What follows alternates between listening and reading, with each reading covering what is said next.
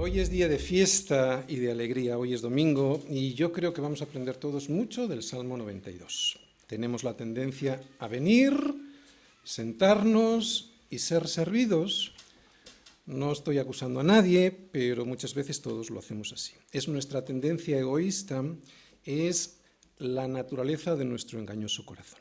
Sin embargo, ahora que ya estamos en Cristo, sabemos que no hemos venido para ser servidos, sino que hemos venido para servir. Por eso, porque ya has sido regenerado en tu antigua naturaleza, en tu mente, y gracias a que está viviendo el Espíritu Santo en tu corazón, ahora puedes escuchar la exposición de la palabra y lo que yo hoy voy a decir. Y no solo lo vas a poder escuchar, lo vas a poder entender. Porque escuchar lo escuchará mucha gente, pero entender no todo el mundo, y entender es un milagro. Pero hay más, mucho más. Porque no solo lo vas a entender, no solo lo vas a poder escuchar y entender, sino que si realmente está el Espíritu Santo viviendo en tu corazón, hoy vas a poder agradecer lo oído y no enfadarte al escucharlo, porque Dios, en su infinita misericordia, te ha dado unos oídos para oír lo que realmente es importante y necesario oír, su palabra. Así pues, el que tenga oídos para oír, lo que realmente es importante y necesario oír, oiga. Oiga, aprenda y no se justifique en sus errores, porque eso le dará la vida. Al principio de nuestra vida cristiana, o si ya llevamos muchos años en ella, pero no hemos crecido, solemos venir a la iglesia, sentarnos y poco más, porque tenemos la tendencia de llegar y ser servidos. Pero como nuestro entendimiento se va renovando día a día hasta que el conocimiento es pleno, ahora cuando nos lo dicen entendemos que es por nuestro bien y que el que se pone aquí delante pues no tiene la intención de fastidiar, sino de llevarte poco a poco hasta la altura de Cristo. De llevarte y de llevarnos todos, porque yo también necesito que me llevéis, llevarnos todos poco a poco entre todos porque, como digo, yo también lo necesito. O como se lo dice Pablo a los Efesios, hasta que todos lleguemos a la unidad de la fe y del conocimiento del Hijo de Dios, a un varón perfecto. Y aquí no está hablando solo de hombres, está hablando de hombres y mujeres, ¿no? Porque hace referencia a la plenitud humana en Cristo, a la medida de la estatura de la plenitud de Cristo. Y es que ser parte del cuerpo de Cristo implica más, mucho más, que venir y sentarse. Pero para poder llegar a entender bien todas las cosas que desde la palabra de Dios el Señor nos quiere mostrar, debemos, atención, y esto es lo que vamos a aprender en el Salmo, debemos venir preparados previamente desde nuestra casa. Y es lo que casi nunca hacemos. Y lo que esto significa es que desde el domingo por la mañana, incluso desde el mismo sábado por la noche, debemos enfocar toda nuestra atención a lo que aquí le vamos a tributar al Señor. Porque de Él y por Él y para Él son todas las cosas. Y si esto es así, por lo tanto, esta reunión, sobre todo esta reunión, es del Señor. Así que sabiendo esto, lo primero que deberíamos de procurar cumplir es llegar a la iglesia descansados. Eso es el día del descanso, ¿no? Del Señor, ¿no? Eso evitará que evitará que nos durmamos, en el culto, ¿no? Y por lo tanto, al estar despiertos, podremos recibir toda la bendición del pan que descendió del cielo, ¿no? Y que hoy se nos va a dar a través de la oración, de la comunión unos con otros, del partimiento del pan que dentro de unos momentos vamos a tener y de la predicación. Descansados y con ganas de servir al que tengo a mi lado para que pueda cumplir el propósito de ser más como Cristo.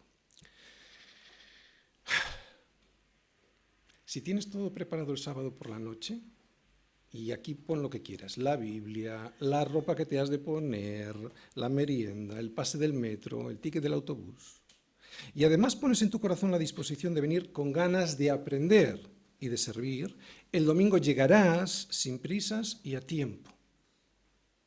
Y eso hará que estés contento tú, eso hará que me tendrás contento a mí, y sobre todo, lo más importante, tendrás contento al Señor que está deseando llenarte de su presencia y sabiduría.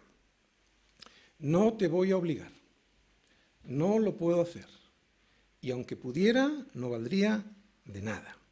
Pero si llegas antes, seguro que eso te ayudará a estar mejor preparado para recibir la verdad, a desconectar mejor de los afanes que has tenido durante toda la semana, a servir en algo y a escuchar a tus hermanos. Venir antes es tener un tiempo de comunión diferente. Venir antes es disfrutar de la iglesia como un oasis en medio de este desierto. Y esos momentos de comunión son necesarios, ya que ese tiempo de comunión es una de esas 4 cosas que vemos en la sencillez de la iglesia.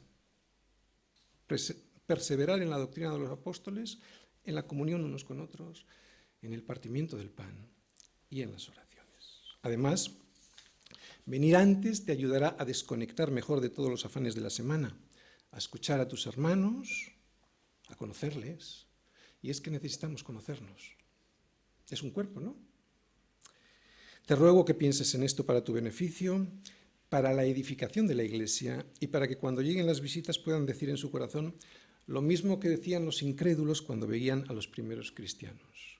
Mirad cuánto se aman. Y no porque queramos presumir de algo que no tenemos, sino como el testimonio de lo que realmente anida en nuestro corazón. El Espíritu Santo viviendo en nosotros, que es algo que a veces reprimimos porque nos da a veces vergüenza, ¿no? No mostramos por vergüenza o porque no queremos intimidar al que nos visita. Sin embargo, es la iglesia el sitio, es la iglesia el lugar para hacerlo. ¿Dónde mejor que en la iglesia, como la congregación de los santos, para disfrutar de la comunión? Además, hemos de saber que ellos lo necesitan, pero sobre todo soy yo quien más lo necesito. El servicio, soy yo quien más lo necesito. Si lo empiezas a hacer así, te darás cuenta que no solo no te va a costar tanto como piensas, sino que cada día que pase tendrás más ganas de llegar a la iglesia y llegar pronto. Te gustará a ti, me gustará verlo a mí y le gustará verlo al Señor. Y es que aquí nadie te persigue, porque aquí nadie te critica, aquí nadie se burla de tu fe. Todo lo contrario, todos estamos deseando llegar a Cristo, buscar a Cristo para alabarle. ¿Y sabes por qué? Salmo 92. Porque bueno es alabarte, oh Yahvé, y cantar salmos a tu nombre, oh Altísimo. Anunciar por la mañana tu misericordia y tu fidelidad cada noche. En el decacordio y en el salterio, en tono suave con el arpa. Por cuanto me has alegrado, oh Yahvé, con tus obras, en las obras de tus manos me gozo. Cuán grandes son tus obras, oh Yahvé, muy profundos son tus pensamientos. El hombre necio no sabe y el insensato no entiende esto. Cuando brotan los impíos como la hierba y florecen todos los que hacen iniquidad, es para ser destruidos eternamente. Mas tú, Yahvé, para siempre eres altísimo. Porque he aquí tus enemigos, oh Yahvé, porque he aquí perecerán tus enemigos, serán esparcidos todos los que hacen maldad. Pero tú aumentarás mis fuerzas como las del búfalo, seré ungido con aceite fresco. Y mirarán mis ojos sobre mis enemigos, oirán mis oídos de los que se levantaron contra mí, de los malignos. Pero el justo florecerá como la palmera, crecerá como el cedro en el Líbano. Plantados en la casa de Yahvé, en los atrios de nuestro Dios florecerán. Aun en la vejez fructificarán, estarán vigorosos y verdes, para anunciar que Yahvé, mi fortaleza, es recto y que en él no hay injusticia. Lo mejor que podemos hacer, pues eso es lo que debemos hacer. Salmos 92. ¿Y qué es lo mejor que podemos hacer y por lo tanto, qué es eso que debemos hacer?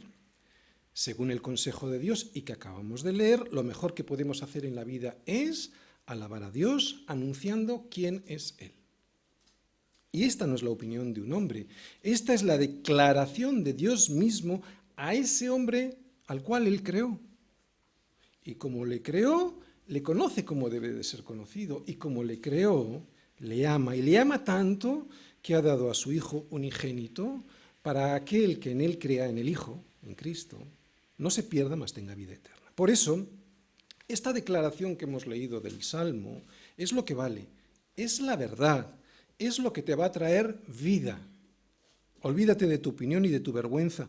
No dudes de esta declaración, porque lo que vamos a ver en el Salmo de hoy son los beneficios de este entendimiento Y la obediencia a este entendimiento va a traer a nuestra vida muchas cosas. Versículos del 1 al 3.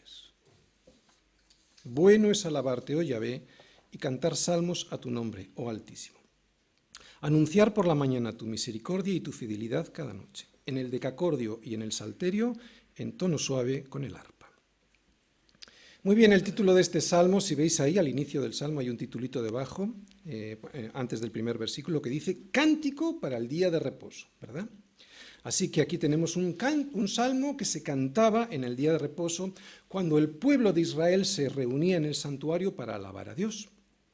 Por lo tanto, este es un salmo que nos va a enseñar qué es a lo que debemos venir a la iglesia en un día como el de hoy, a alabar a Dios, y los motivos por los cuales hacerlo. Me imagino que todos estabais deseando llegar el domingo para alabar a Dios, ¿no? ¿O estamos tan acostumbrados a venir los domingos a la iglesia que ya ni lo deseamos o ni sabemos a qué venimos? Estar acostumbrados a venir o ni siquiera saber a lo que venimos es un peligro real en nuestras vidas. ¿Sabes por qué?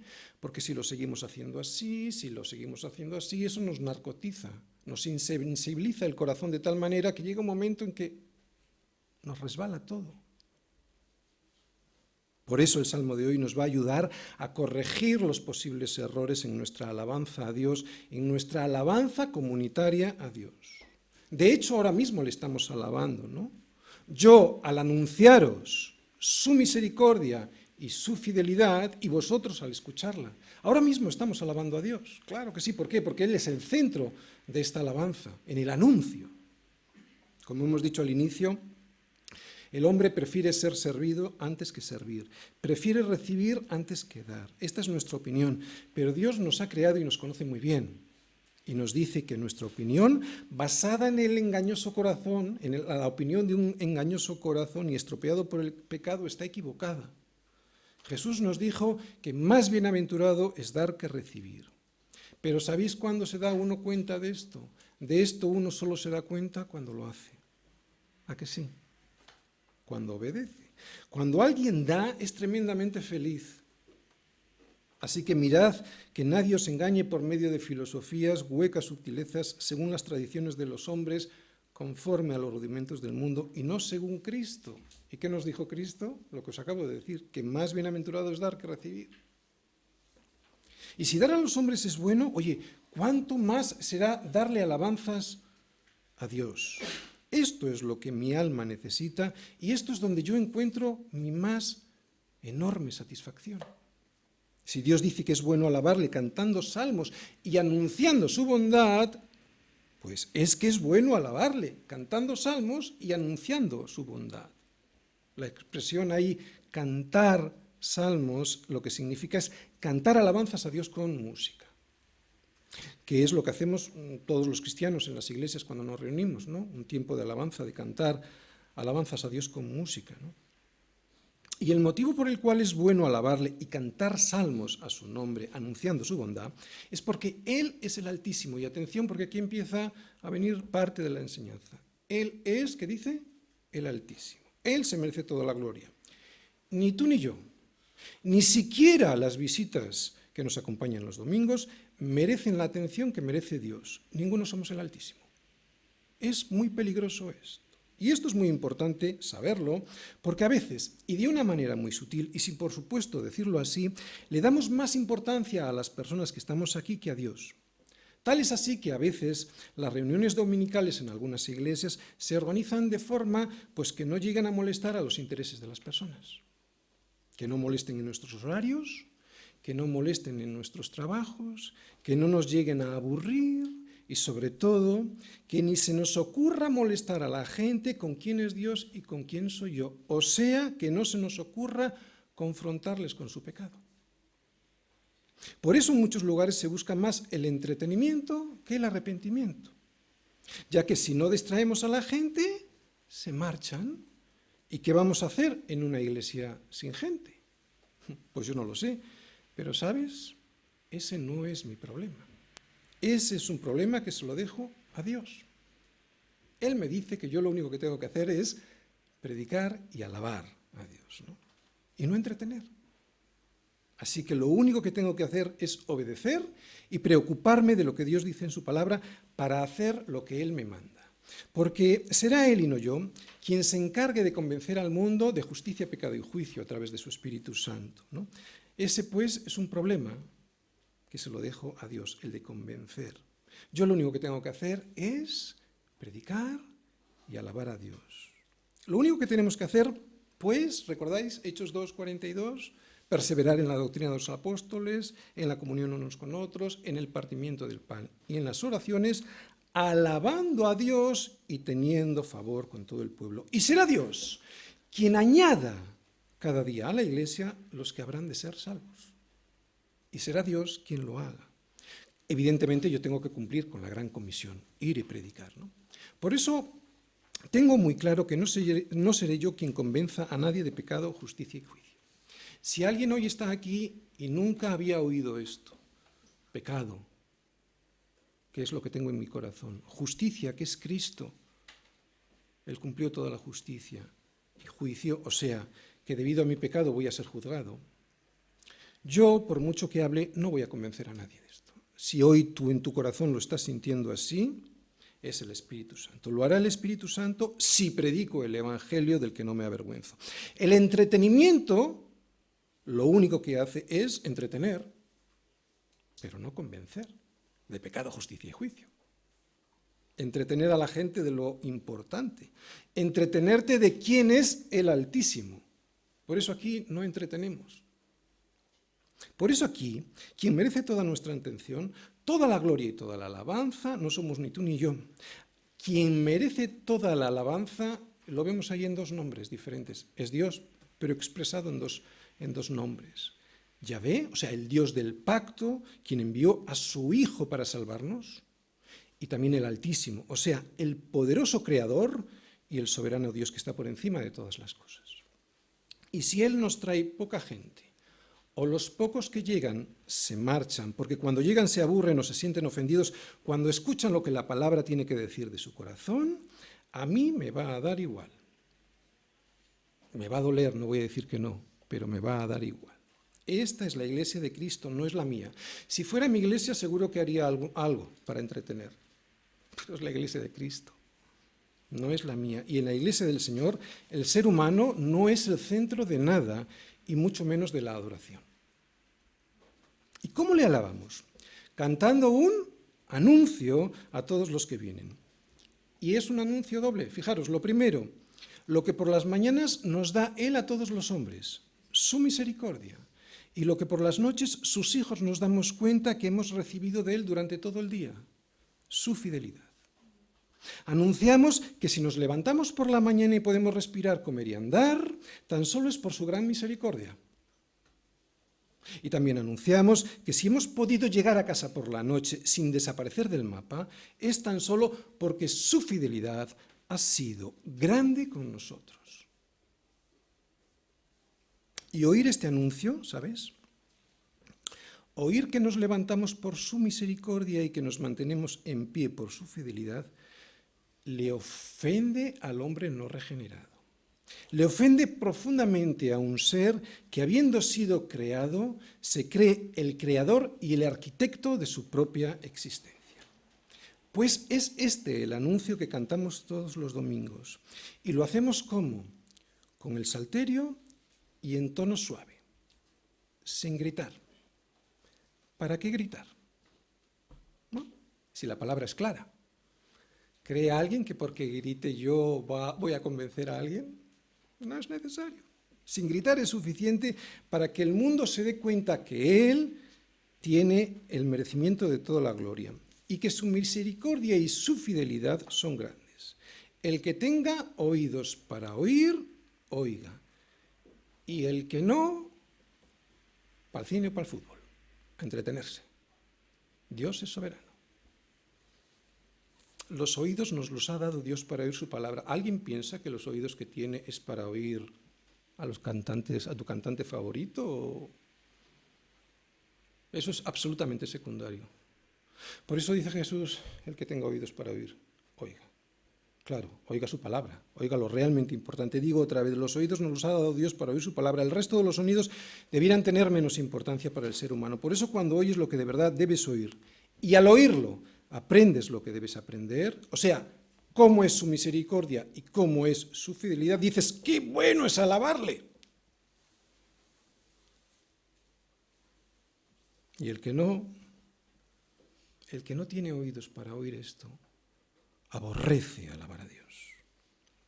Bueno es alabarte, oh Señor, dice el salmista inspirado por Dios. Por eso aquí se alaba al Señor como el centro de nuestras vidas, y aunque el ser humano no lo entienda, Dios dice que alabarle es bueno para nosotros, que es lo que nuestra alma necesita y que es donde nuestra alma encontrará la verdadera satisfacción.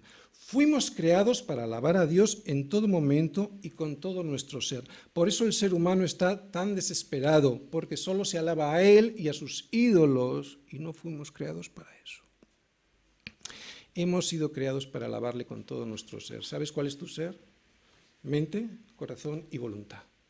Con toda tu mente, cuando vas pensando por la calle quién es Dios y lo bueno que ha hecho todo, aunque el hombre siempre lo estropea. Con tu corazón, cuando entiendes todo lo que Él ha hecho y su salvación a tu vida. Y entonces amas a aquel a quien te ha librado de las cadenas del enemigo. Mente cuando lo entiendes, corazón cuando amas a aquel que te ha salvado y con tu voluntad. Queriendo obedecer. Mente, corazón, voluntad. Queriendo obedecer a aquel que te ha hecho tan grande regalo a tu vida, la salvación. Pero el ser humano no regenerado tiene cauterizada de tal manera su conciencia que cuando ve las maravillas de la creación y del universo, ya no las ve como la obra de Dios. Las ve como obra de una nada que se creó a sí misma. Hay que ser necio. Las ve como obra de una nada que se creó a sí misma. De una nada que se creó a sí misma. Hace falta tener fe. Por eso no le alaba a Dios, por eso se alaba a sí mismo, porque no conoce nada más grande a lo que alabar, él mismo. No se puede ser más necio, pero así somos. Esta pérdida del asombro en su creación es la consecuencia del pecado de darle la espalda a Dios y a su palabra. Pero un hijo de Dios, aquel que ha sido regenerado en su corazón y ahora ya puede ver lo que antes no veía y oír lo que antes no oía ni escuchaba, se alegra. Se alegra y tiene motivos para hacerlo. Versículos del 4 al 5. Te alabo por cuanto me has alegrado, oh Yahvé, con tus obras. En las obras de tus manos me gozo. Cuán grandes son tus obras, oh Yahvé, muy profundos son tus pensamientos. Bien, este por cuanto que yo he subrayado es el motivo que nos lleva a la alegría. El motivo de sus obras, que nos lleva a la alegría, y con esa alegría le alabamos. Es muy importante este por cuanto, ¿de acuerdo? Porque si no tenemos este por cuanto en nuestro corazón, y ahora lo voy a intentar desarrollar para explicarlo, no le vamos a alabar, ni con alegría ni con entendimiento, ¿de acuerdo? Así que este por tanto es interesante. Antes de llegar aquí, a la iglesia, os voy a hacer una pregunta. ¿Cuántos de nosotros hemos meditado en las obras que Él ha hecho en nosotros? Claro, porque si no hemos meditado en ellas, no podrás alabar a Dios con alegría. ¿No? Lo harás, pero lo harás como una costumbre religiosa o forzado porque ves a los demás que lo hacen. ¿Ves lo que estamos aprendiendo en el Salmo 92, el Salmo del domingo? ¿Te das cuenta de la importancia del por cuánto? Creo que antes de entrar por esa puerta y para que la alabanza sea una alabanza consciente y consecuente, todos nos debiéramos preguntar cuál es ese por cuánto, de tantos por cuántos que el Señor seguro que te ha regalado durante esta semana. Lo debemos hacer todo el día y a todas horas, pero sobre todo lo debemos hacer durante el domingo, durante el día de reposo. Debemos recordar cómo han sido sus misericordias por el día y cómo ha sido su fidelidad por la noche. ¿Te imaginas que hubieras perdido? Quiero ponerte este ejemplo más que nada para meterte en situación más personal, ¿no? Tú imagínate que hubieras perdido una mano, o un pie, o un ojo, y que ayer el Señor hubiera hecho el milagro de devolvértelo. ¿cómo le estarías alabando ahora? Pues no sé si lo sabes, pero Él durante esta semana lo ha hecho. ¿O qué crees que te ha hecho al cuidarte para que no los pierdas? ¿O qué crees que ha hecho al cuidarte para que no te pierdas? Cuando yo medito en estos por cuántos, y que me has alegrado, oh Señor, con tus obras, en las obras de tus manos yo me gozo. Dejo de quejarme y reconozco que bueno es alabarte, oh Señor, y cantar salmos a tu nombre, oh Altísimo. Pero tengo que meditar en estos por cuántos. Si no, no lo voy a hacer con verdadero entendimiento, ni lo voy a hacer con alegría, lo haré como un recurso religioso o porque estoy imitando al que tengo al lado.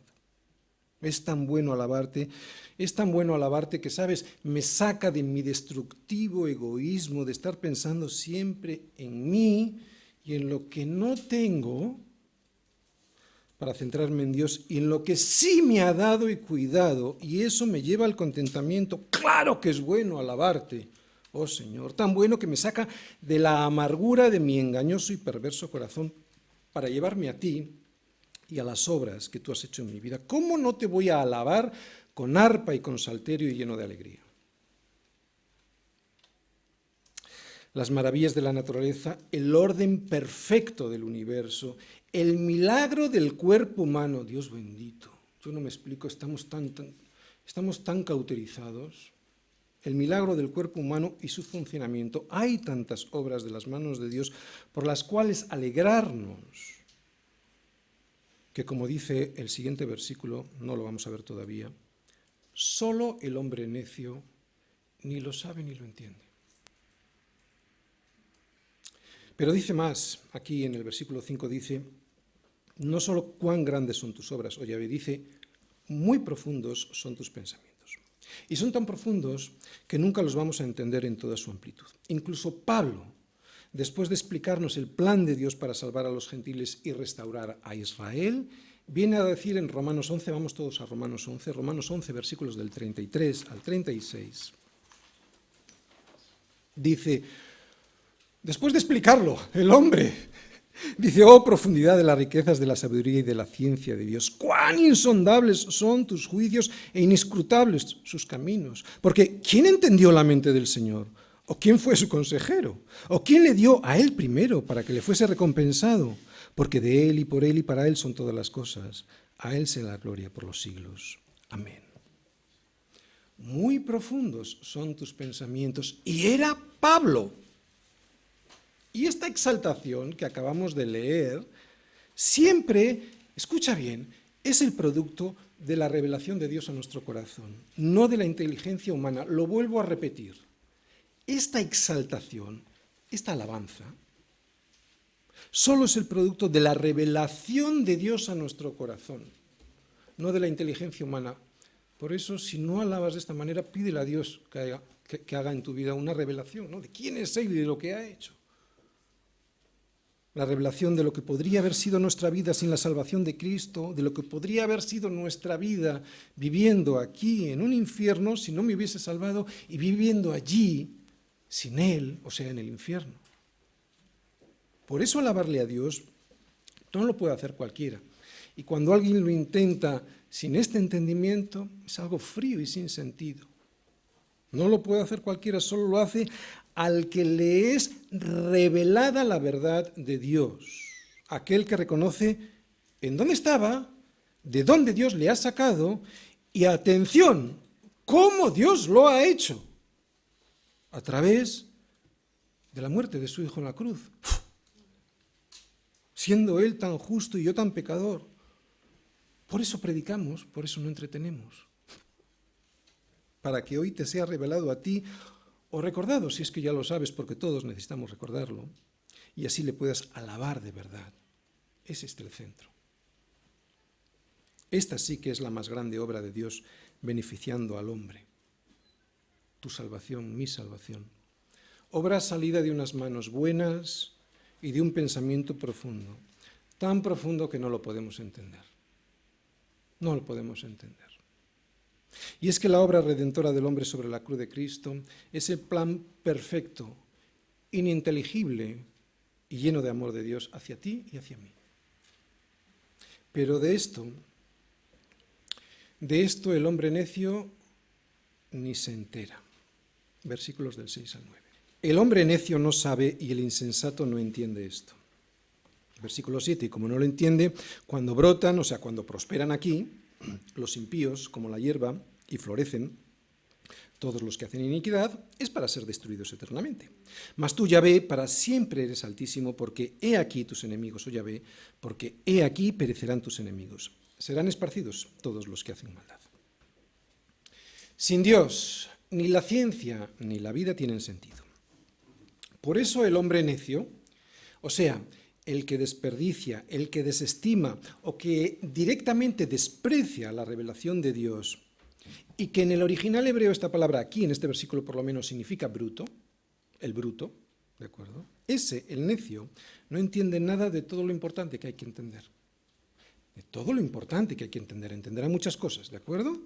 Pero de lo importante no entiende nada. A este necio, a este bruto, literalmente es lo que dice, cuando intenta entender algo sin Dios, Dios destruye su ciencia y les ves aún así con la soberbia de intentar explicarlo todo y sin entender nada. Y constantemente lo vemos en la televisión o en los documentales, ¿no?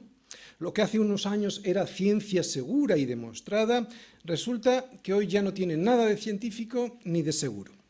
Lo que ayer era un diente de un homínido de cientos de millones de años, hoy resulta que han descubierto que era el diente de un pobre cerdito. Y quieren que confiemos en ellos. ¿Dónde está el sabio? ¿Dónde está el escriba? ¿Dónde está el disputador de este siglo? ¿No ha enloquecido Dios la sabiduría de este mundo? ¡Claro que la ha enloquecido! Pues ya que en la sabiduría de Dios el mundo no conoció a Dios mediante la sabiduría, agradó a Dios salvar a los creyentes por la locura de la predicación. ¡Wow! Toma soberanía, para que te humilles y reconozcas que tú no eres Dios, que solo hay soberanía, para que reconozcas que solo hay un Dios y que está dispuesto a salvarte si dejas de creer que tú eres Dios, si dejas de creer que tú solo puedes hacerlo a través de tu propia opinión, ¿no? Por muy científica, vamos a ponerlo entre comillas, por muy científica que creas que es. Y atención, no hay oposición entre ciencia y fe, en absoluto. Claro que no. Lo que Dios dice a través de su palabra es que no hay ciencia sin Dios. Mi hijo mayor ha estudiado ciencias físicas y mi hija pequeña quiere estudiar bioquímica. Y mi mujer es médico. No tengo nada en contra de la ciencia, solo faltaría. El problema para el hombre necio, o sea, el bruto, es que los pensamientos de Dios son tan profundos que su soberbia le impide reconocer que no entiende nada. Sobre todo de lo que no entiende nada es de las leyes morales y de sus consecuencias, que no entiende nada si no es Dios quien se lo explica. Y además que para ello, para que entienda algo, ha de rendir su vida, mente, corazón y voluntad, ¿recordáis? Mente, corazón y voluntad, a rendirla a un Señor que no es Él, que es Cristo. Y aún así no lo va a entender todo, porque no es Dios. Por eso tú y yo, cuando no entendemos algo, y para no naufragar en la profundidad del mar de su pensamiento, del pensamiento de Dios, porque es un mar inmenso, en el cual intentamos entrar y podemos naufragar, tenemos que agarrarnos al madero de la cruz de Cristo para no hundirnos en la incapacidad de comprenderlo todo y, por lo tanto, intentar explicarlo todo con nuestra opinión.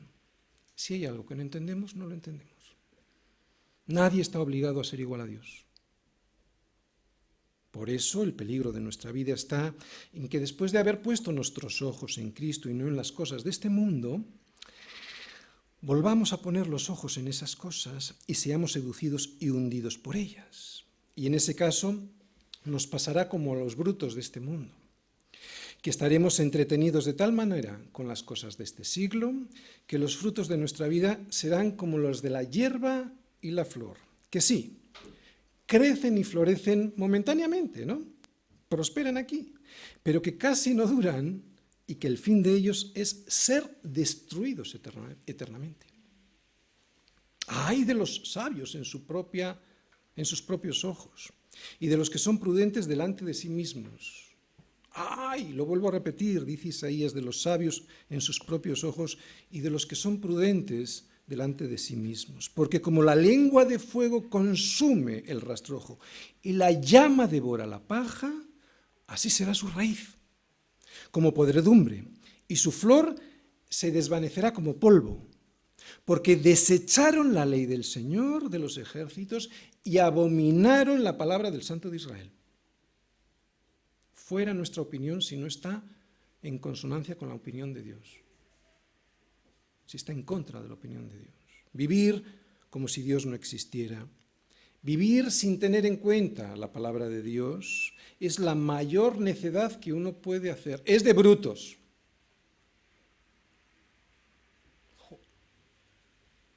Vivir mirando hacia abajo y sin ver a Dios es un riesgo que los entretenimientos de este mundo nos pueden causar. Por eso el salmista vuelve a mirar al cielo, ahí en el versículo 8, y reconoce quién es Dios. Dice, mas tú, Yahvé, después de haberlo dicho, lo vuelve a repetir, ¿no? Porque tenemos la tendencia a volver a mirar los entretenimientos y olvidarnos de quién es Dios. Mas tú, Yahvé, para siempre eres altísimo.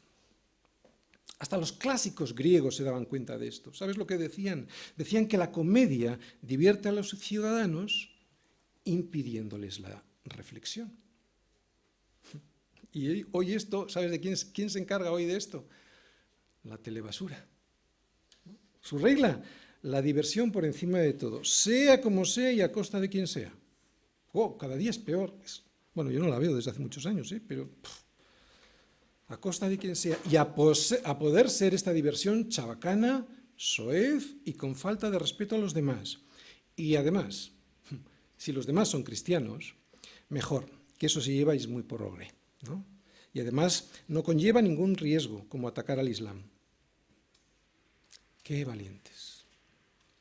Esto no es nuevo, ¿eh? Desde siempre el hombre necio ha hecho lo mismo con Dios. Ignorarle, o lo que es peor, despreciarle hasta la muerte. Pero es ridículo matar a Dios. Esto no es nuevo, digo. Desde siempre el hombre necio lo ha intentado así. Desde siempre el hombre necio ha hecho lo mismo con Dios. Acabar con Dios es matarme a mí mismo. Es decretar la muerte de Dios. Es lo peor que se puede hacer, como tantos regímenes totalitarios han impuesto, ¿no? De hecho, ha habido veces que incluso se ha escenificado un juicio a Dios en el que se le acusaba de genocida y se le sentenciaba a muerte. Ridículo. Decretar la muerte de Dios es destruirme yo. Y se puede decretar ignorándole, ¿eh? Lo vuelvo a repetir. Decretar la muerte de Dios es destruirme yo. El hombre no puede matar a Dios sin destruirse a sí mismo, porque Dios es mi creador, mi redentor, mi sustentador. Dios es quien me ha creado, Dios es quien me ha salvado de esta vana forma de vivir en este mundo, ¿no? Y que lleva a la perdición. Y Dios es quien me sustenta a través de su Espíritu Santo, aumenta mis fuerzas como las del búfalo, a través, como digo, de su Espíritu Santo, para poder seguir hacia adelante sin dejarme seducir por los impíos, que aunque florecen y crecen, serán cortados y perecerán para ser destruidos eternamente. ¡Wow! Y esto, ¿sabes lo que significa realmente? Que vivirán eternamente sin Dios. Vivirán eternamente sin Dios. ¿Cómo será eso? Bueno, pues te voy a dar una idea. Como aquí, destrozándose los unos a los otros, persiguiéndose los unos a los otros, pero ya sin ninguna esperanza de poder salvarse, ya sin ninguna esperanza de poder ser redimidos. ¿Te imaginas vivir así eternamente? Pero a mí, por cuanto me has alegrado, oh Señor, con tus obras, y en las obras de tus manos yo me gozo todos los días, y reconozco que tú lo has hecho todo. Por cuanto no me fijo en los impíos, ni envidio su prosperidad aquí, por cuanto cada domingo que vengo a la iglesia a adorar y a escuchar tu palabra, comprendo cuál es el fin de ellos, a mí me aumentarás la vida y las fuerzas. Versículos del 10 al 12. Pero tú aumentarás mis fuerzas como las del búfalo, seré ungido con aceite fresco. Y mirarán mis ojos sobre mis enemigos, oirán mis oídos de los que se levantaron contra mí, de los malignos. Sin embargo, el justo florecerá como la palmera, crecerá como el cedro en el Líbano.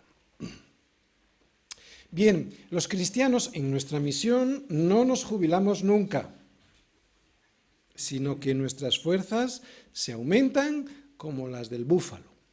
Y esta es una de las labores del Espíritu Santo en nuestra vida. Por eso dice ahí, seré ungido con aceite fresco. Hace referencia al Espíritu Santo, que nos da fuerza.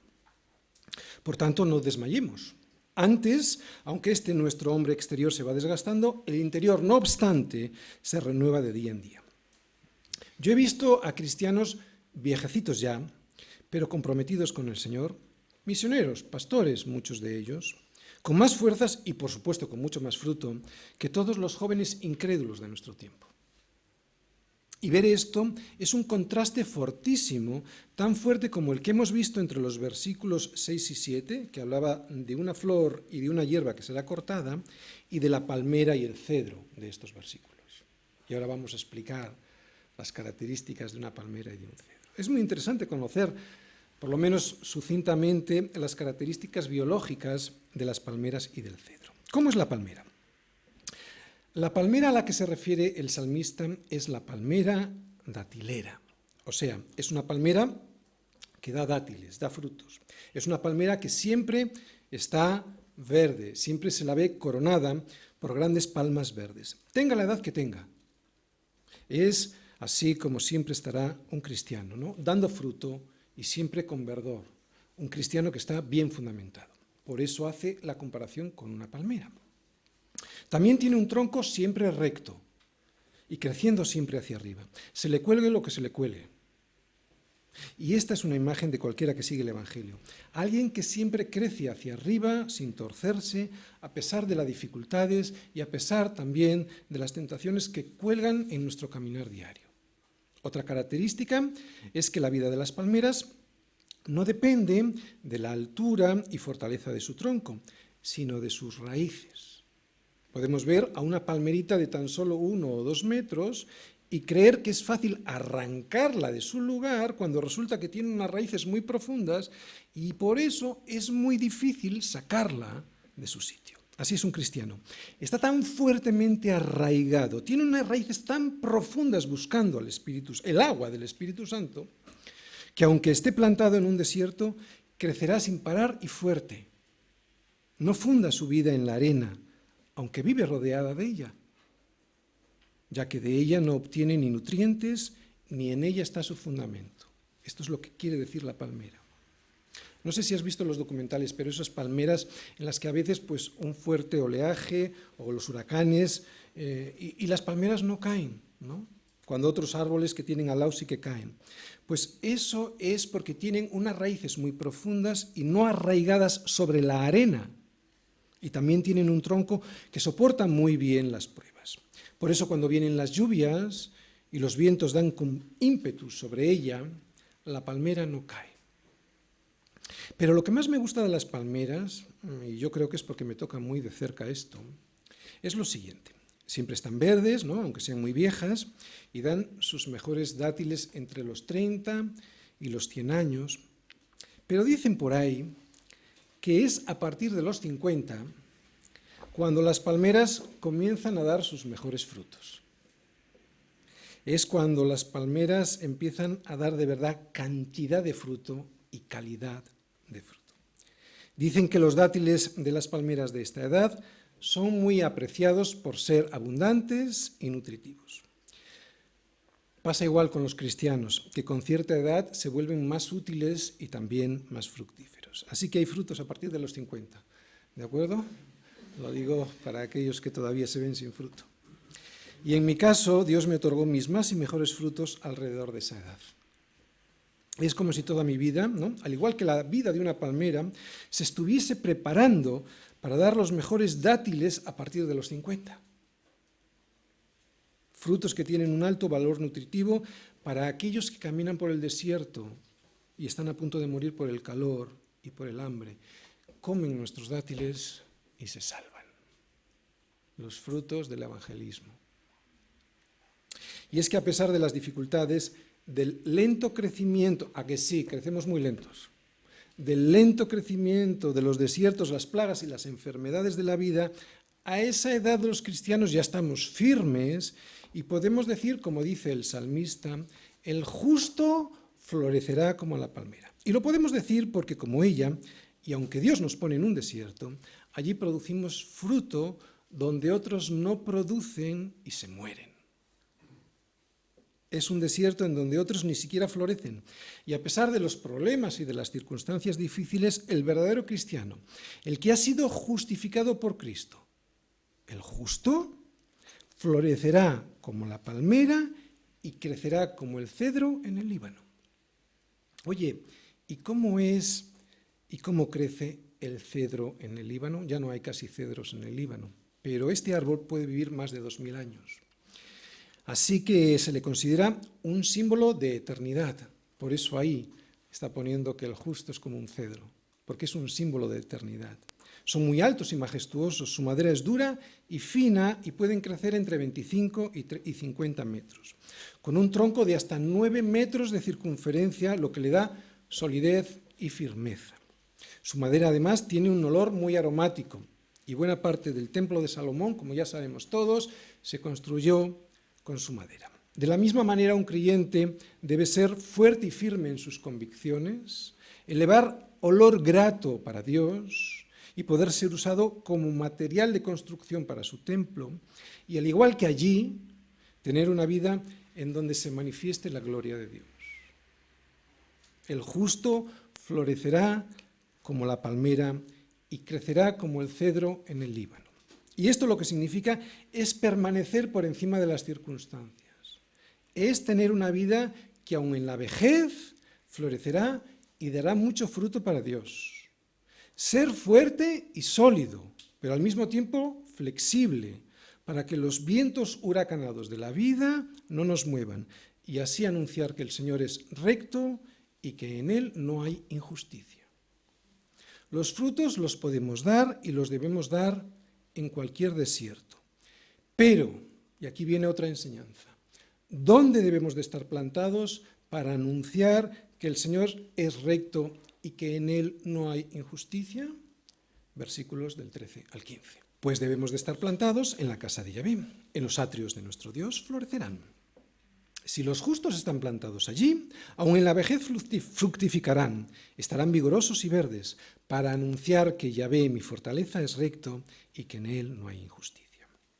Bien, lo que nos dice el salmista es que cuando uno se aparta de Dios, o sea, cuando deja de estar sembrado en la iglesia y se aparta de Él, entonces deja de florecer y de dar fruto.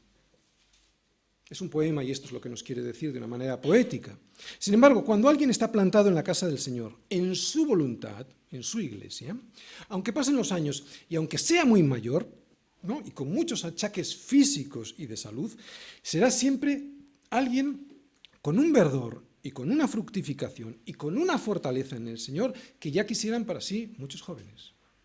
Hay hermanos nuestros que con más de 90 años plantados en el Señor, en la iglesia del Señor, dan fruto. Y su fruto, fíjate en qué consiste, en anunciar a los demás que a pesar de su edad, Yahvé, mi fortaleza, es recto y que en Él no hay injusticia. Así son los justos alabando en la iglesia, como palmeras y cedros majestuosos, siempre llenos de verdor y frutos, por muy viejos que sean. Cuando otros a cierta edad ya jóvenes están por ahí muriéndose de, no voy a decir de qué. Esta semana ha habido hermanos de la iglesia que lo han pasado mal. Incluso algunos me han llamado o escrito para decirme que no se encontraban bien espiritualmente. Bien, es normal, no me asusta. Lo que me asustaría es que hoy ellos no estuvieran aquí, plantados en la casa del Señor, porque hoy en los atrios de nuestro Dios florecerán. Al adorar en comunión con otros, al orar con ellos, al partir el pan dentro de unos momentos que vamos a hacer y al escuchar la palabra de Dios, florecerán. Eso es lo que nos está diciendo estos versículos. Sin embargo, aquel que se aleja de los atrios de nuestro Dios se secará. No pasará mucho tiempo y se secará. Porque lo mejor que podemos hacer, como decíamos en el título de la predicación del Salmo de hoy, es estar plantados en la casa del Señor para alabarle, para cantar salmos a su nombre y para anunciar que el Señor es recto y justo. Dios es muy sabio y te ha regalado el día del domingo sin distracciones para que descanses y te reúnas con tus hermanos para alabarle. No desaproveches el regalo de Dios. Termino. No ha habido justo como Cristo. No ha habido alguien que diese tanto fruto como el fruto que dio Cristo. No ha habido nadie que haya crecido tan alto y tan fuerte como Cristo. No ha habido nadie que haya elevado un aroma tan agradable al Padre como Cristo. Yo estoy seguro que si todos nosotros hubiésemos meditado en esto antes de venir, estoy seguro que si hubiésemos dedicado un tiempo a reflexionar en los beneficios de tener una iglesia en donde el Señor quiere que nos plantemos y crezcamos, hoy hubiésemos cantado al Señor de manera muy diferente a como lo hemos hecho al inicio del culto. Y nuestra alabanza, al haber sido más agradecida, hubiera sido más bíblica y nos hubiera traído más beneficios. No debes esperar venir a la iglesia para salir agradecido. No debes esperar venir a la iglesia para salir agradecido. Debes de venir a la iglesia ya agradecido para poder salir todavía más bendecido.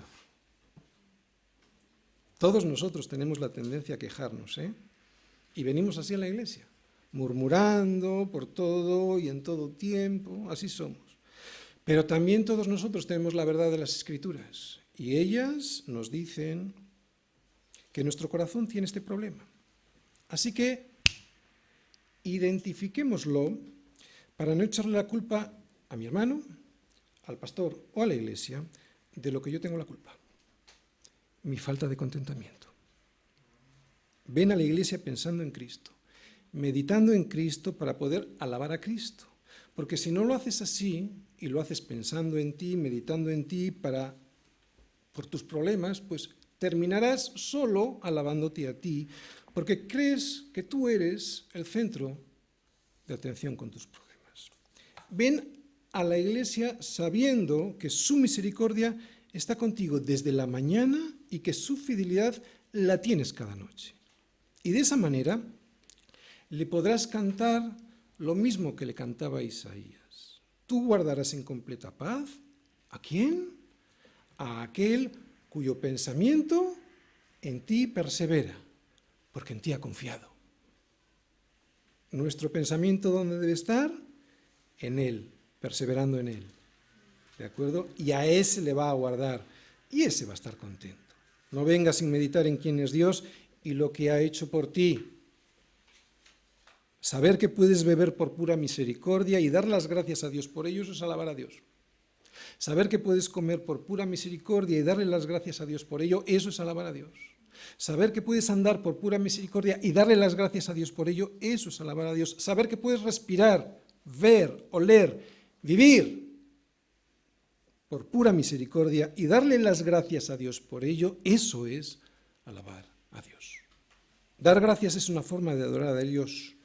Dios nos eligió y nos salvó, y solo con pensar en ello debiera ser suficiente para darle las gracias. Escucha bien, ya casi termino. Sin este agradecimiento es muy difícil cantarle cosas que no estamos dispuestos a vivir. Sin este agradecimiento es muy fácil cantarle cosas que no estamos dispuestos a vivir, como en tantas ocasiones hemos cantado, ¿no? ¿Cómo vas a cantar de sus obras y cantarlas si no estás agradecido por ellas? Es imposible. ¿Te das cuenta cómo hay que venir a la iglesia, habiendo meditado en ello? Porque si no, tu alabanza será mecánica. No se puede alabar aquello que no tenemos agradecimiento por ello, ¿no? Dios quiere que tengas una vida de adoración, sí, en este local y también fuera de él. Pero la adoración, como digo, no solo es un momento que le dedicamos a Dios el día que aparecemos por la iglesia. La adoración es una vida que se caracteriza por el asombro de quién es Dios y de todas las cosas que ha hecho y de las que ha hecho en mi vida. Desde que nos levantamos, al ver su misericordia, hasta que nos acostamos, al ver su fidelidad, esa fidelidad que ha tenido con nosotros durante todo el día. Y te aseguro que si te asombras todos los días de quién es Dios y de lo que por ti ha hecho, y además que lo ha hecho sin que tú lo merezcas, vendrás el domingo a cantar tan agradecido que no saldrás como has entrado.